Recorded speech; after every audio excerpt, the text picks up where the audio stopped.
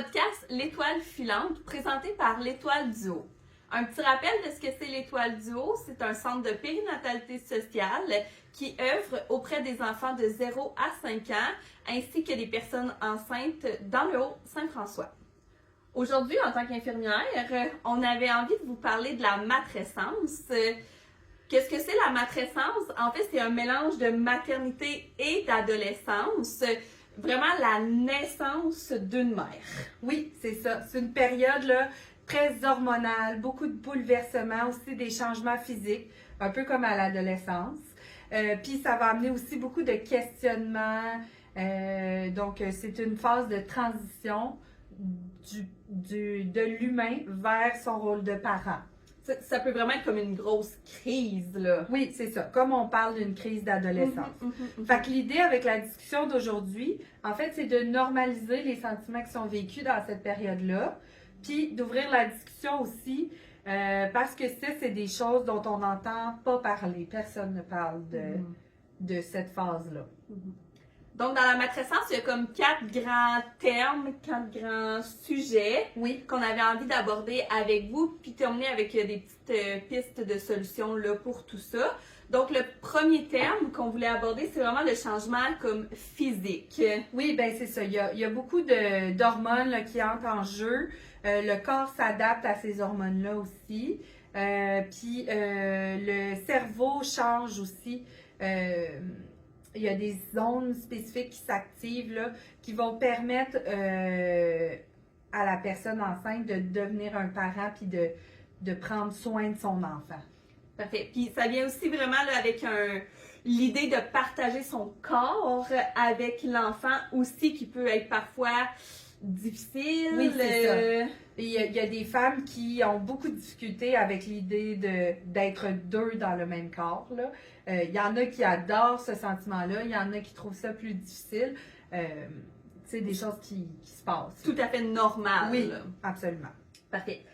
Deuxième terme qu'on voulait aborder là, dans la matrescence, c'est vraiment l'ambivalence émotionnelle. Fait qu'on a parlé de physique, là on parle plus comme émotion. Fait que, dans le fond, c'est que on a une personne enceinte qui a des ambitions, qui a des désirs, qui a des émotions, qui va devenir une mère qui prend soin de quelqu'un d'autre.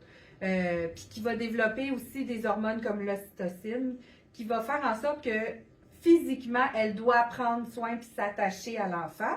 En même temps, dans son cerveau, elle peut ressentir de la culpabilité, puis des deux sens, hein, parce que soit elle va sentir mal de ne pas s'occuper de son enfant, soit elle va se sentir mal de ne pas s'occuper d'elle. Puis il y a ça là, qui rentre en contradiction. Donc, la troisième chose, c'est vraiment le choc de la réalité. Fait que vraiment tirailler entre fatigue, l'attachement envers mon bébé. Oui, c'est ça. Dans le fond, le parent s'est imaginé comment il serait avec son bébé, comment ça serait beau, puis tout ça. Puis finalement, ben, ce qui se passe, c'est pas nécessairement ce qu'on a imaginé.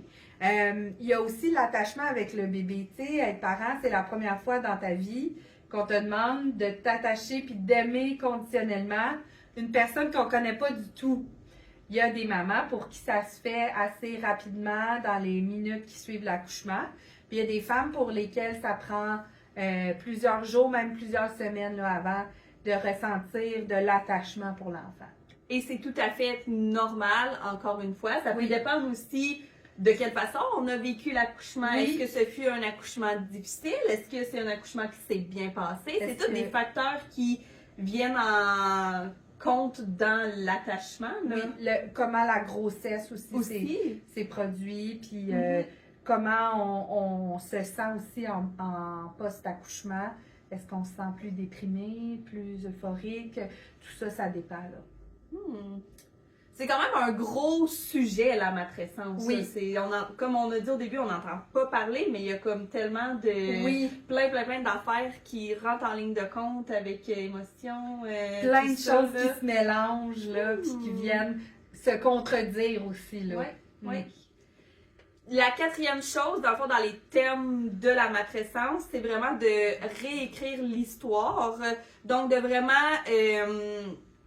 comment j'ai été élever en tant qu'enfant, Oui, qu'est-ce que c'est j'ai ça. envie de reproduire, qu'est-ce que je veux garder pour transmettre à mon enfant, qu'est-ce que j'aimerais changer. C'est ça. Fait que c'est quoi les valeurs que j'ai reçues?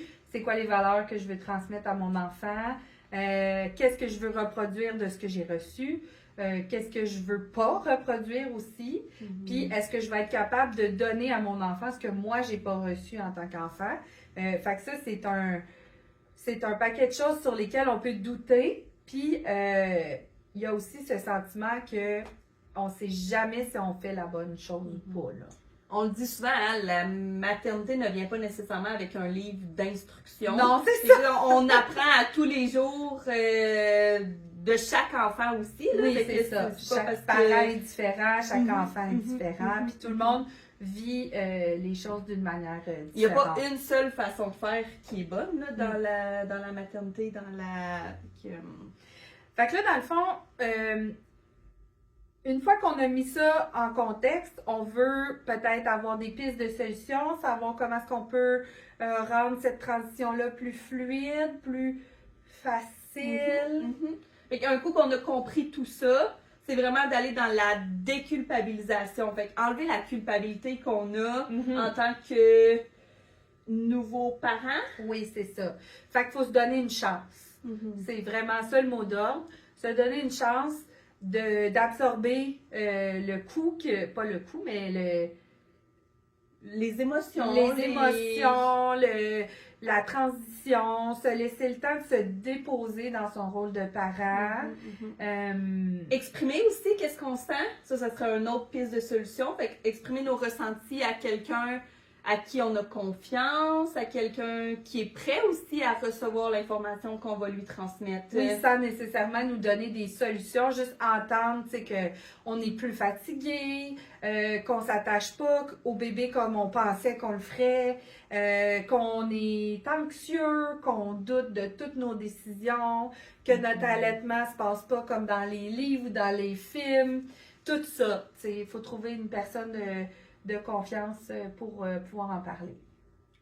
En parlant aussi de ça se passe pas comme dans les films, comme dans les livres, on est beaucoup aussi dans une ère de les réseaux sociaux, c'est-tu donc beau, la belle maternité, la belle photo de Bédaine, la belle... Très idéalisé, Oui, là. oui. Très idéalisé. Pour désidéaliser cette image qu'on a là de la maternité, Oui, de c'est l'après aussi. Là. Exactement. Puis tu sais, je vous invite aussi, si vous avez un réseau de personnes autour de vous qui sont mamans, demandez-leur de vous parler du moment où ils se sont pas lavés depuis 2 jours, puis qui ont les cheveux, puis qui sont en pyjama, puis que, tu sais, on veut pas entendre juste les belles histoires, on veut entendre aussi ce qui est dans la normalité, là, tu sais. Ouais. Puis ça fait partie de ça aussi, puis personne met ça sur les réseaux sociaux, Ouais. la phase cheveux gras. Totalement.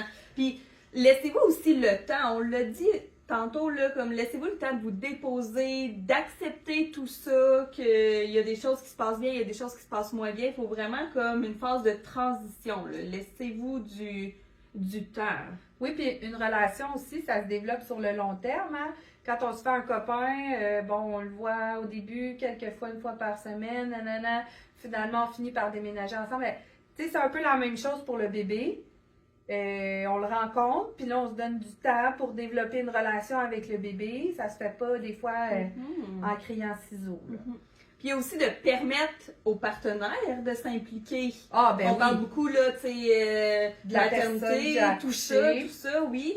Puis il faut permettre au partenaire de s'impliquer puis de prendre sa place aussi comme parent, parce que le partenaire a aussi besoin de développer une relation avec l'enfant. Un Puis attachement. il faut retrouver aussi son rythme dans cette relation à 3 qui était avant une relation à 2. Là.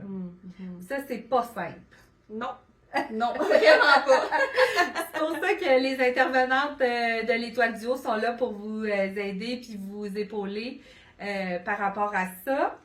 Fait qu'hésitez pas à les contacter.